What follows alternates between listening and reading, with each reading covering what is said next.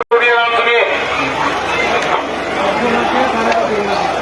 उस लड़के के खिलाफ एफआईआर हो गया है, तहत जाब्ता कार्रवाई की जाएगी। बलदेव के खिलाफ तहत जाब्ता कार्रवाई की जाएगी, अल्पर लॉ कार्रवाई की जाएगी।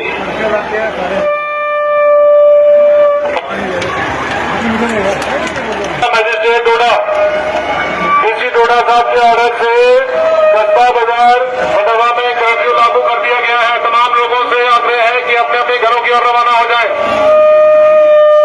तमाम लोगों से आग्रह है कि 5 पेड़ का वक्त दिया जाता है, सब लोग अपने अपने घरों की तरफ रवाना हो जाएं। डीसी डोडा की तरफ से कर्फ्यू का ऑर्डर कर दिया गया है।